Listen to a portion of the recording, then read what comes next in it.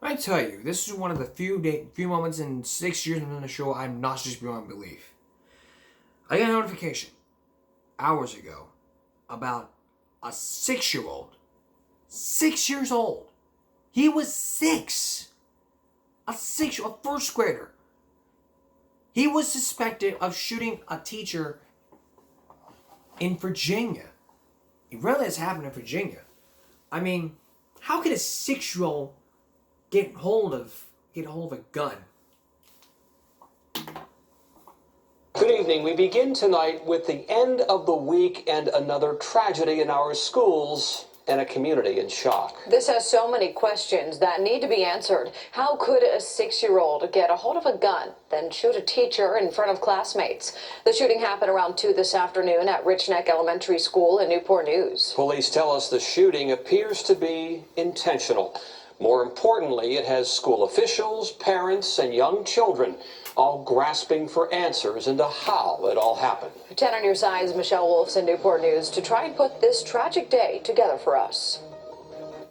It's a lot to digest. Why and how does a 6-year-old little boy, a first grader, shoot his teacher on purpose? Right now, that boy is in police custody and his teacher is being treated here at Riverside Regional Medical Center with serious injuries. A source close to Newport News School District tells me she was shot in the chest. Police officers swarmed to Newport News Elementary School Friday after calls of an active shooter. The suspect, a 6-year-old boy. This was not an accidental shooting. Newport News Police Chief Steve Drew said during a joint news conference that the child pulled a handgun during an altercation with his teacher, ultimately wounding her. Other children were in the classroom at the time, but were not injured. Today, our students got a lesson in gun violence. I want to know where that firearm came from.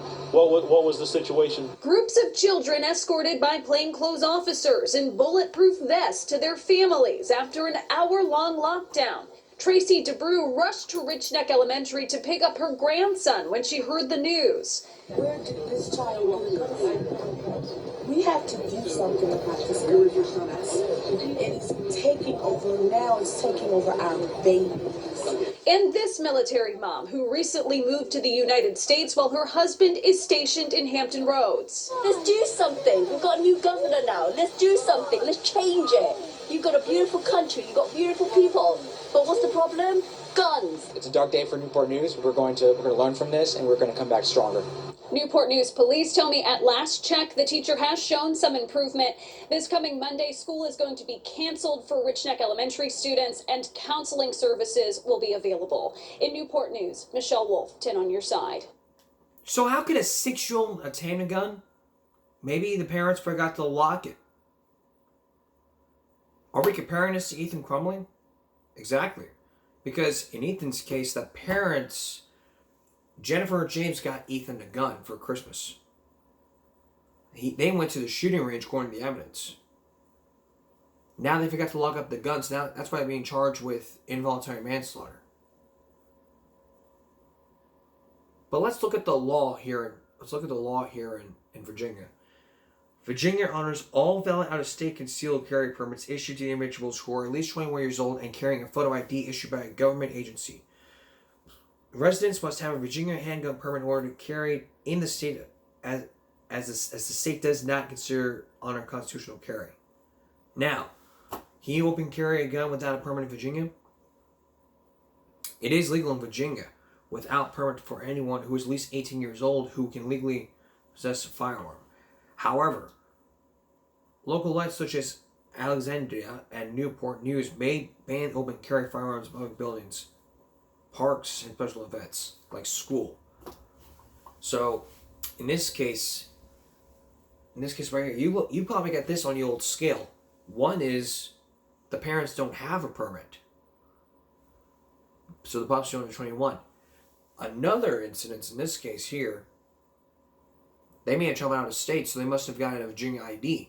So it's like this on the old scale. You have the open carry, and you have the out of state. That's how it is on the scale.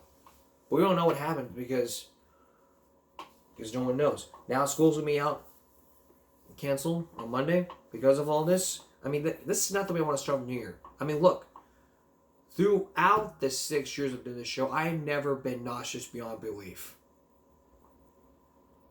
I never was nauseous.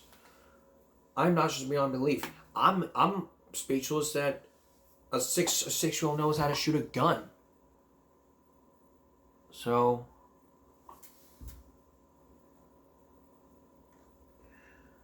they've tightened the laws, but allows open carry. Even this goes back to me. First, you've got Columbine, you've got Virginia Tech, you have Jonesboro, Arkansas, you have Sandy Hook, you have Uvalde, Oxford, and now Newport, Virginia. What is going on in this country? Sometimes it seems many people lose common sense. But how can you how can you imagine being expelled or suspended for bringing a toy gun to school? Coming up next, years ago, this 7-year-old faced expulsion for bringing toy guns to school. Hear his parents' reaction as the mom tells one side of the story. And then later, you're going to meet a woman who was Pat, Pete, and all listed characters. Who does she believe, and who do you believe? Devil's Advocate. Stay with us. If you just joined us, we're talking about a 6-year-old who was in custody for shooting a teacher in Newport, Virginia. This is one of those cases that really gets me sick and pisses me off, because we've all lost common sense. Not with this one. Schools have really tightened when it comes to bringing guns to school. Yeah, we'll get to that story. We'll get to that 7-year-old who was expelled in a minute. But here's Hank Hill to give us a reason about why you shouldn't take guns to school with you. Well, what about practicing for the tournament after school? No, I'd have to come here to get you and then go back across town to the range. That could eat up 10 minutes. What about shooting after dinner? No, you don't want to exercise on a full stomach. Oh, maybe I could take the guns to school and we could squeeze off a few rounds between classes. You shouldn't take guns to school with you. They're dangerous. Guns are dangerous? What? Oh, brother. Bobby, go on and clean the guns. I'll be in there in a minute. Well, what's this about guns being dangerous? Well, that's right. They kill people. Guns don't kill people. The government does. Oh, handguns have been around for years. If they were dangerous, I just think someone would have said something.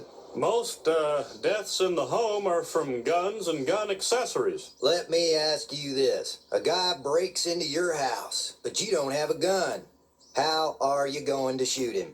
Dale, that's right out of the NRA magazine August issue. I tell you what, man, that dang old NRA with our rights, man, the insurance you get with dismemberment and like that, you get like $20,000 just for your arm blows off, man. I can't believe you guys. Dale, the NRA is a Washington, D.C. based organization. Are you telling me you support Washington, D.C.? That's a thinker. And it's really a thing that we've all lost common sense. Years ago, if you were in Portsmouth, you may have noticed a 7-year-old bringing a toy gun and a water gun. What happened next was done to everyone, and a bunch of comments on YouTube that would just lose sight of all common sense. I mean, this mother you're about to meet a mother and a 7-year-old who brought a gun to school, and a mother who was furious enough who searched her son's backpack and forgot to search it today as the son brought the toy gun. So I don't even need to speak. Take a look at this for yourself. Back now with a question. Would a toy gun like this hurt you? Probably not, but a 7-year-old is facing expulsion because he brought a gun like this as well as a water gun to school. It brings up the debate on whether no tolerance policies go too far. 10 on your side's Jason Marks now with a story you'll see only on 10. And Jason, maybe a valid debate considering the recent gun violence. Yeah, Anita, I don't think you'll find any parent who's against stiff punishment for anyone who brings a gun to school, but should that be the same punishment if a second grader brings toy guns to school? 7-year-old Josiah Green has had plenty of time to practice his driving skills. He's been away from school for a month now. It is frustrating right now. because it's frustrating. Josiah's a second grader at Douglas Park Elementary in Portsmouth. Last month, he brought 2 toy guns similar to these to class. One a water squirter, the other a Nerf gun. He was initially suspended for 10 days. I was emotional and shocked, like, okay, is this really happening? Because he's 7 years old. I understand, okay, he's suspended, but now you're throwing that he could be expelled on the table. Andrea Davis says she usually checks her son's backpack before heading off to class. I blame myself the one day I didn't think about, hey, make sure you leave your toys in the house. Like most school systems, Portsmouth has 0 tolerance for guns in schools. But Davis says this is different. He's small. He didn't know. He made a mistake. He didn't understand what he was doing. He don't even understand what's really going on and why he can't bring his toy guns to school. We have to have common sense. Davis has hired an attorney to fight the possible expulsion. There's no doubt that it's a toy gun, and from Josiah's standpoint, he had it in his pocket at PE. He wasn't even shooting it at anybody, he just had it on him. School officials tell 10 on Your Side there are a wide range of options available in addition to expulsion for the school board to take appropriate action. Members will make a decision Thursday. He can't miss out a whole year. Yeah, as we mentioned, the hearing will take place Thursday at 5:30. Of course, we'll let you know what happens in that hearing. Now, do you think he should be expelled for bringing toy guns to school? Go to wavy.com and take our online poll. In the newsroom, Jason Marks, 10 on Your Side. Probably, I wouldn't think he was suspended from school. This was 6 years ago, right before we got started. Right before we all started. So let's look at the comments from YouTube. Valley guns 3 years ago. I remember when bringing water guns to kindergarten was a problem. Hell, I used to take my slingshot and marbles. Bart Simpson. Xbox Boy 900. Schools nowadays suspending kids with toy guns and water guns. Okay. Clarker Beast. Bruh, it's just a toy. How is toy so dangerous? Exactly. SDGS, GDGSD, SDGGS. Not a Nerf gun. X-Shot. Z-Form 78 2 years ago. Bruh, it's just darts. It's foam. It ain't painful. Egg. That ain't Nerf. That's X-Shot, the off-brand Nerf. Alexa Gomez 2 months ago. Damn. It's a damn water gun. Chill out. Freaking out for nothing. Tron Gaming 2 years ago. My friend bringing an airsoft gun to school and he got in big trouble. AJJDND some whatever. Betting water guns is just stupid. Tom Marley, some 6 years ago. Common sense tells us, yes, this is an overreach, but educated boxing mentally people who see no flexibility in rules they set upon the people who pay their wages through taxation. It seems the shoe is on the wrong foot. It's the community that should rise and make the system flexible, because these overeducated leftist idiots are too damn narrow-minded. Pity, really. Those are also very good comments, but I have to agree with what Tom Manley said 6 years ago. Yeah, the shoe was on the wrong foot. We've lost common sense years ago. And now, you ever heard of the Guns Free Schools Act? It states that the act must be constructed in American state with the idea, compliance with the community. It's called the Gun Free Schools Act, or the GFSA.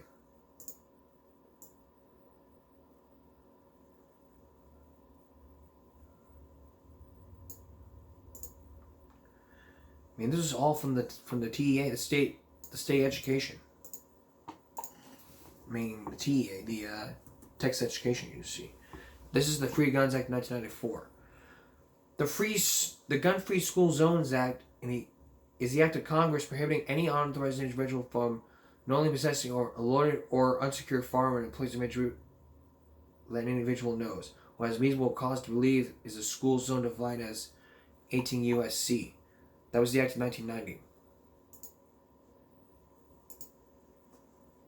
But, United States v. Lopez, legal case which the U.S. Supreme Court, April 26, 1995, ruled that federal Gun-Free School Zones Act of 1990 was unconstitutional because the U.S. Congress' enacting legislation had exceeded its authority under the Convenience Clause of the Constitution. That clearly was unconstitutional. So we'll keep looking into the 6-year-old about the gun and look at more water guns. And in a future episode, we'll update you what's been going on. We'll update you. We'll keep updating you on this story as it goes along.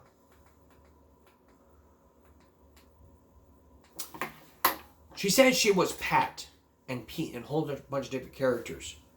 But up next, it was in case of multiple personality syndrome. Who does she believe? And who do you believe? Victoria Corderi with Devil's Advocate. Stay with us. Can you ever imagine having multiple personality disorder, or NPD? It's an uncommon disorder rarely talked about on talk shows. But what if you realized that you have diagnosed multiple personality syndrome and a doctor decided to bring up lots of insurance monies without permission? That's the case in this next story you're about to hear. She said she was a whole bunch of characters, from Pat to Pete and Sarah. But the question is, who does she believe and who do you believe? Here's Victoria Corderi. His birth was very difficult. He was almost 11 pounds. Each contraction has strangled him. A traumatic birth exacts a terrible toll on child and mother. He was paralyzed from them trying to break his shoulders to get him out. His right arm was paralyzed. I tried to go to sleep. I'd wake up screaming. You were blaming yourself. Why couldn't I protect this child? Eventually, it would send her into a terrible depression. The trauma of the delivery, the guilt, it just haunted me day and night. This is the story of Pat Burgess, a woman who sought help for her depression, as so many others do when they're in psychological pain. Over the next decade, Pat Burgess would take a medical journey that would force her to confront such horrors as satanic cults, murder, and even cannibalism. Her treatment raises profound questions about what medical authorities are allowed to get away with, especially those in a profession so many turn to when there's nowhere else to go. Up until Mikey's birth, I felt I was living a fairy tale. Before the birth of her second son, Pat Burgess would have described herself as a happily married working mom. She had never had a major psychiatric problem. She was a deeply devout Catholic from Des Moines, Iowa, who named her firstborn after Pope John Paul. My faith has always been a very close part of my whole thinking process and my whole being. But her faith could not pull her from the deepening postpartum depression. For that, she sought out a professional, Anne-Marie Bauman, a Des Moines therapist. Pat told Bauman she feared getting pregnant again. She even developed a psychosomatic pregnancy, believing she was carrying a baby even though she was not. I referred to myself as we, because I had always done that when I was pregnant with both of the kids. She caught on to that, and she said, I don't think that it's the fact that you think you're pregnant.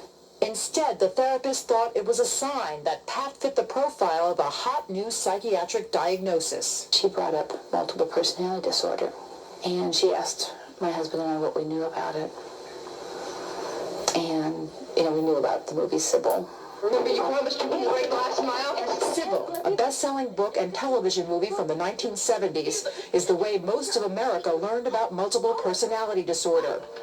In Sybil's story, as with most all multiples, the trauma that seemed to fragment her mind was severe child abuse. But Pat appeared to be the rare exception. It seemed the event that sent her over the edge was her son's birth. Though the diagnosis was unusual, it made sense at the time to Pat's husband, Mike. I was there. I knew how bad it was. But you had never seen the personalities before? Never. Never. But I'd never seen, Patty act the way she was acting after Mikey's birth either. Pat says Bauman had her define her moods. Then Pat says she would hypnotize her and address those moods as separate personalities. They are recorded in her medical records with names like Evil One, Religious One, Just Fine, and more than 30 others.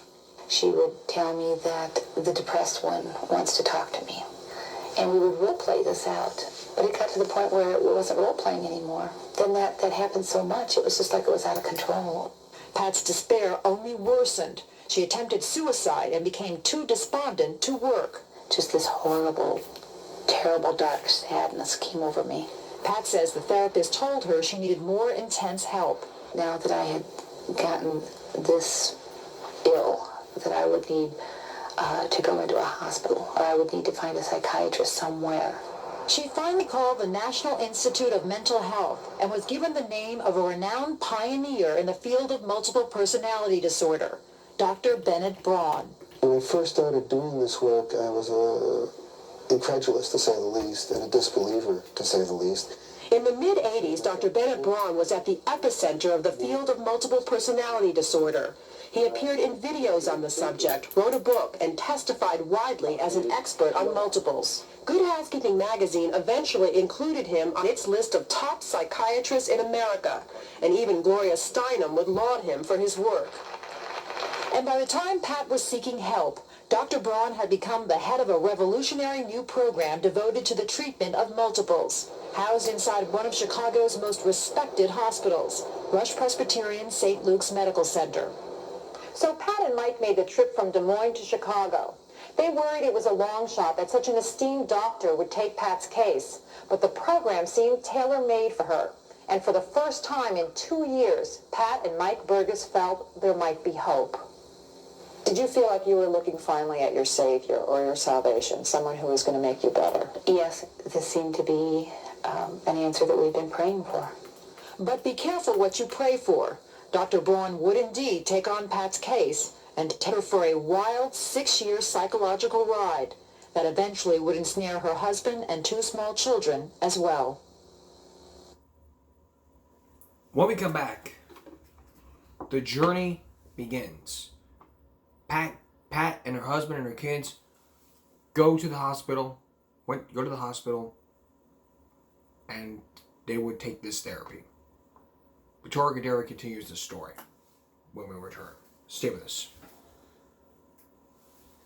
Well, as you've seen, Pat Burgess has a lot of personalities, from the evil one to the depressed one to Pat, Pete, and Sarah. So the question is, could Dr. Braun really help her?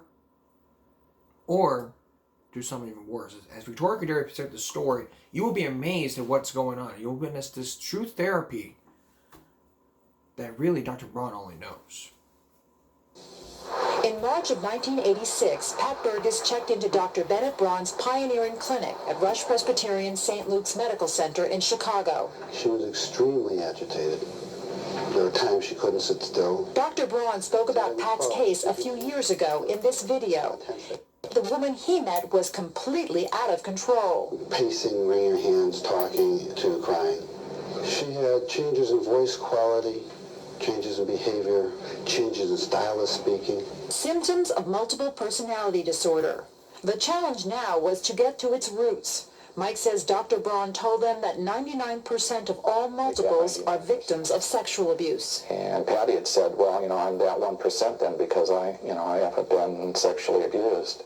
But Dr. Braun suspected otherwise. He mapped out an intense course of treatment for Pat, frequent hypnosis, combined with a variety of medications, all of them powerful drugs to calm her down, including anti-anxiety drugs, painkillers, antidepressants, and a controversial sleeping pill that can cause hallucinations, paranoia, and depression, and megadoses of one other drug, Inderal, a heart medicine which Dr. Braun hoped would help Pat to think more coherently.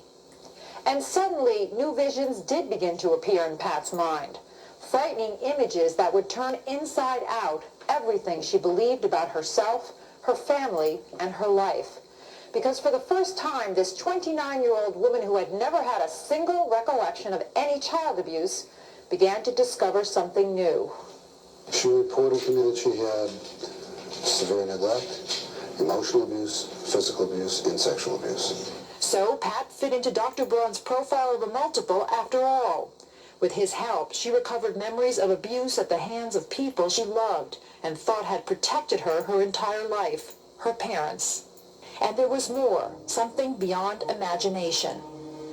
Burgess, a devout Catholic who named one of her sons after the Pope, seemed to discover that she was actually part of a secret satanic cult that engaged in unbelievable rituals. Pat says it all came to a head one day, about a month after her admission to Rush, when Dr. Braun came to visit her. And he said he had a very important question to ask me, a very serious question. He said, have you ever eaten people? And it was just out of the blue, like he was standing in my doorway, and I said, yes. And he hit the side of the door, and it was just like, bingo, there it is. And I'm sitting there in my bed, in my nightgown, thinking, what just happened? Why did I just do that? Why did you? I don't know. Was it because, as unthinkable as it seemed, it was true? Pat says Dr. Braun told her she had to find out. He began to take her further and deeper into the possibility in her hypnosis. I was to be imagining myself at a satanic cult ceremony.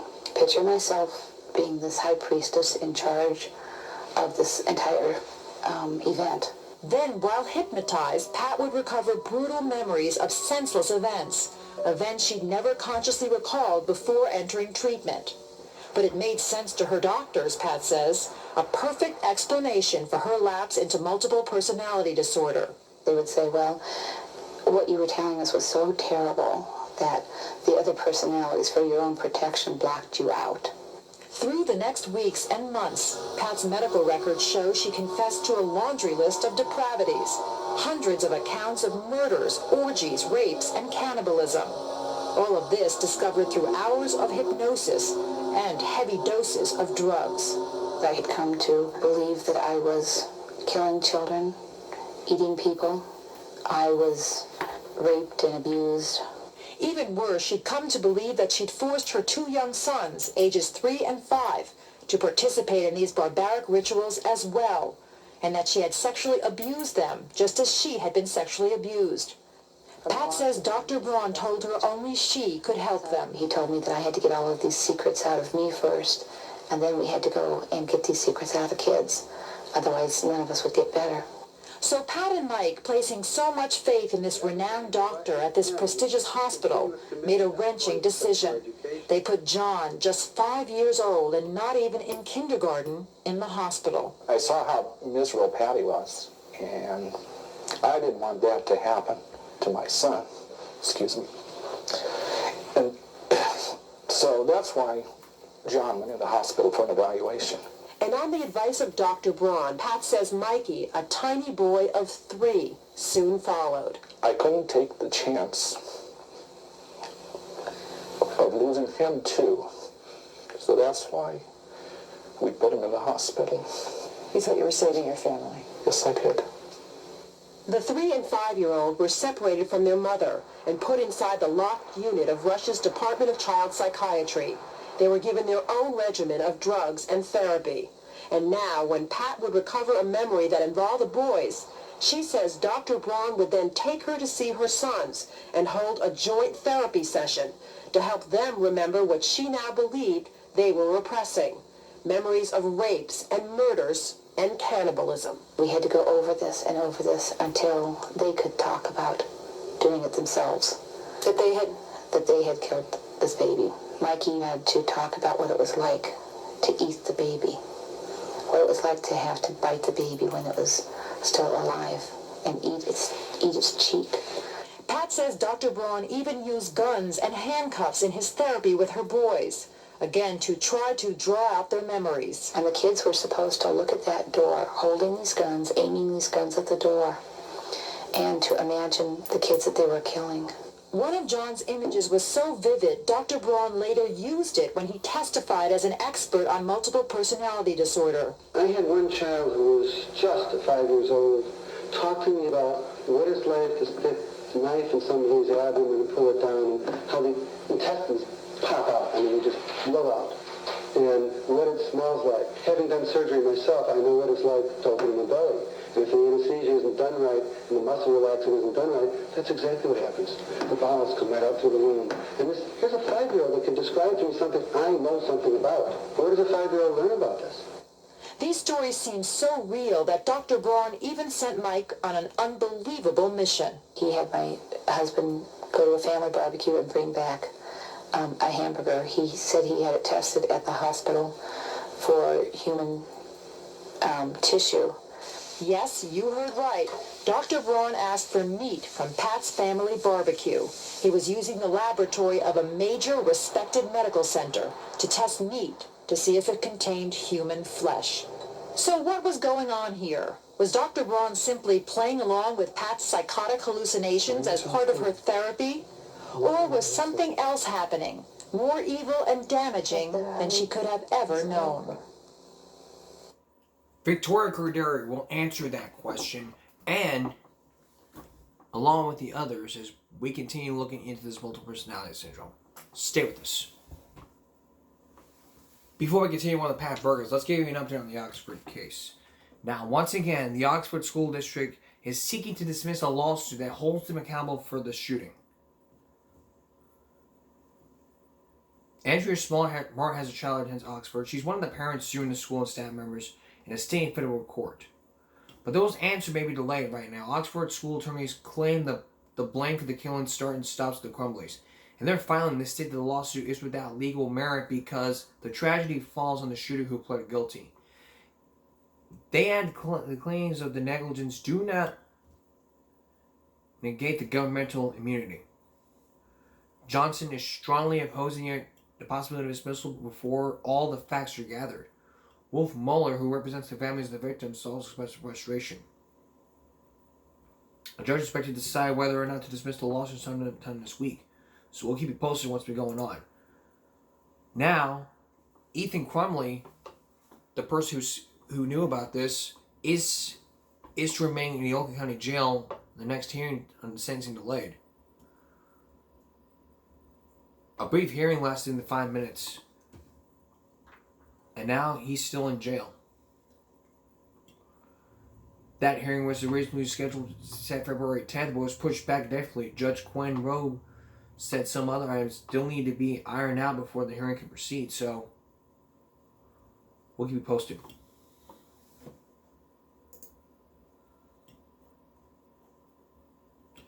When we come back, Pat Bergersen and Dr. Braun, his techniques,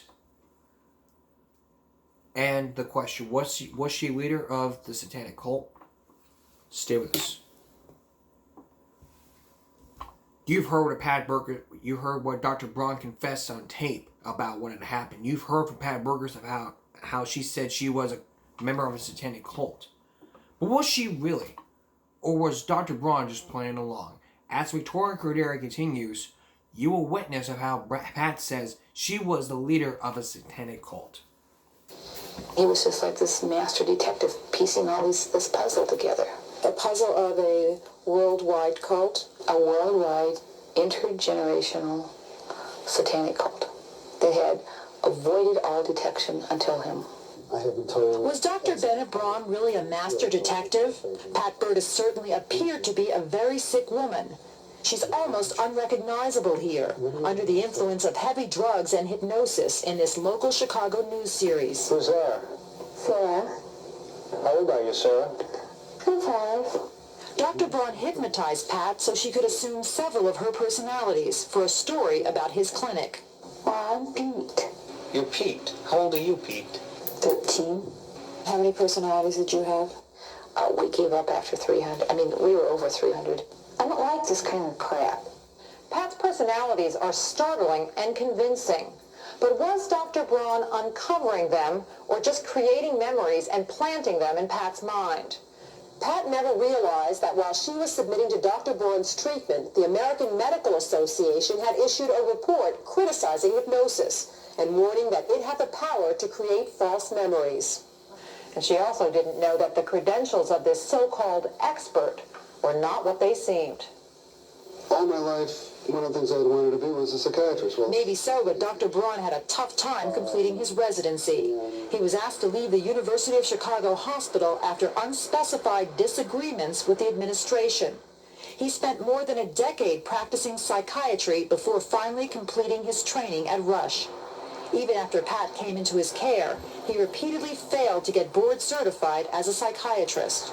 So it wasn't until the third or fourth time, and you're not sure which, that you actually passed the board. So Pat and her sons were being treated by an uncertified psychiatrist using an unproven form of therapy, administering huge doses of mind-altering drugs. And it wasn't just Pat, but several other patients on the unit who were all discovering disturbing memories, strikingly similar to beliefs Dr. Braun held before he met Pat. It's an upside-down world of cult ritual abuse.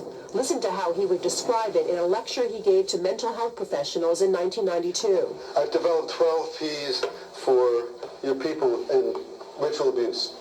Pimps, pushers, prostitutes, physicians, psychiatrists, psychotherapists, principals and teachers, public workers, police, politicians and judges, priests and clergy of all religions. And not just priests, but the highest reaches of the Catholic Church. About a year into Pat's treatment, she says Dr. Braun found these pictures of her trip to Rome to see the Pope. Pat says he saw much more than the Holy Father blessing her child. Said that was positive proof that the Holy Father had sexually abused my son because I was handing him right into the hands of an abuser. In reality, he was the leader of the satanic cult. The Holy Father, an abuser and satanic cult leader? Why did Pat and the other patients on the unit believe these outrageous things? Perhaps because they were hypnotized, drugged, and isolated. It was such an incredibly total paranoid environment. No one outside of him and his hand-picked staff were safe to trust. In Dr. Braun's unit, most everything brought in for the patients took on a secret meaning. Even flowers. They were supposedly used to send satanic messages. Red roses and white baby's breath, it means a bloody suicide as opposed to, let's say, pink roses or pink carnation. White baby's breath, which means hanging, often. In fact, Dr. Braun twice intercepted bouquets of flowers Pat's parents sent her. I was told that my parents were sending me satanic cult cues and that I was to kill myself after I received these. Kill herself, Pat says Dr. Braun told her, so she wouldn't expose the dealings of the cult. And Pat says he told her it was time to take certain drastic measures that would heal her and would help put a stop to the satanic cult. She says he told her to confront her parents, whom she now believed were cult members who had repeatedly sexually abused her and her sons. Her parents came to Chicago. Do you remember what she said? No, I don't really remember. I do know that Chuck said, "Are you saying that your mother and I have abused you?" And she said, "Sexually and criminally." Well, we were just floored, naturally. And what did you do? Done a lot of crying. But didn't you want to do something if you really believed that your parents had indeed abused you, abused your own children? I turned them into the FBI. Pat says Dr. Braun called the FBI to meet with her in the hospital. Nothing resulted from the meetings. And how did Dr. Braun explain the FBI's failure to act? Pat says he told her the FBI had now joined the conspiracy. By now, you might be thinking this story is too strange to be taken seriously. How could Pat Burgess believe she had done these things? And how could Dr. Braun buy into this preposterous-sounding conspiracy? It seems outlandish, but remember, Pat and her children were inside one of Chicago's most reputable hospitals with someone they thought was one of the country's top psychiatrists. Pat Burgess, who initially was supposed to have spent 3 months at Rush, was there for 27 months, more than 2 years. And when she finally would get out, she found she was still in many ways a captive. So, what does Dr. Braun have to say? We're going to hear his side of the story and more about Pat Burgess as Victoria Derry continues Devil's Advocate when we return. Stay with us. Let's get you now up to speed on Uvalde before we continue on with Devil's Advocate. From CNN, the Texas DPS moves to fire Texas Ranger under investigation for the shooting response, which was just released yesterday. The Public Public Safety is moving to terminate a member of the elite Texas Rangers unit who have been suspended over the actions he failed to take during the May 24th massacre. The source told CNN that Ranger Christopher Ryan Kennelly was notified on Friday's DPS's intention to terminate him, and that the process gives Kendall several days to respond. The official declined to comment, and CNN has reached out to Kendall for comment, but has not yet received a response. The second member of DPS, he would be the second member to be fired over the botched response at Robb Elementary. As a Texas Ranger, Kendall now becomes the highest ranking officer who responded to the scene to face termination. Sources say that Kendall arrived at the school at about noon on May 24th and focused on supplying updates to his bosses. He told investigators he had no discussions about options to breach the classroom. As a person in his position who would have been suspected to do so, the source said. He's one of the 7 officers of DPS who was transferred, referred to the investigation of the body's Inspector General. Another of the 7, Sergeant Juan Mano, was served termination papers in October.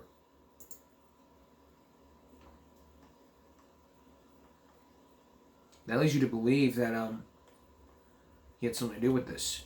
And now there's something new in Uvalde. Involving the Uvalde shooter arrested for allegedly threatening to kill a man in Oklahoma. Adriano Martinez Reyes is charged with assault and battery, threatening to perform an act of violence. The mother of the school shooter was arrested in Oklahoma City after she allegedly threatened to kill a man, according to the police. A report from the Oklahoma City Police states an officer responded to homes before 10 a.m. because a caller said Reyes was threatening to kill a man. The witness confirms the man claims to police. There's at least one other police response to the Oklahoma City home this week. On Sunday, there was a report of domestic violence. So yeah, with the mother of the school shooter is now in jail. That leads you to believe something's wrong. The truth about Dr. Braun and the question, will Pat ever find the answers to whether she was in a cult or whether she was hooked up on dope? Victoria Cadera continues devil's advocate when we come back. Stay with us. Well, we're now out of time. We're going to continue this issue on GMB Saturday. Now, will we know the truth about Dr. Braun? Will Pat Burgess ever discover whether she's been hooked up on dope or the leader of the cult? What does her husband have to say? And will Pat ever see her children again? It's surprising to scary to learn more about the multiple personality syndrome. Another story you'll see coming up soon, later this on GMB Monday. Children are the harvest. Children banging down over for back labor work. It's illegal backbreaking work. We're going to take you here in Texas to where 11-year-old James, who used to pick with his father, now tells his story about when he was underage. When he was 7, he used to pick with his father because he had to help with the bills. That's coming up soon. That's Game Break for Friday going to Saturday. We'll see you again for Game Break Saturday night. And I hope you've had a great day. For all of us here at YouTube and Give Me a Break. Good night, everyone.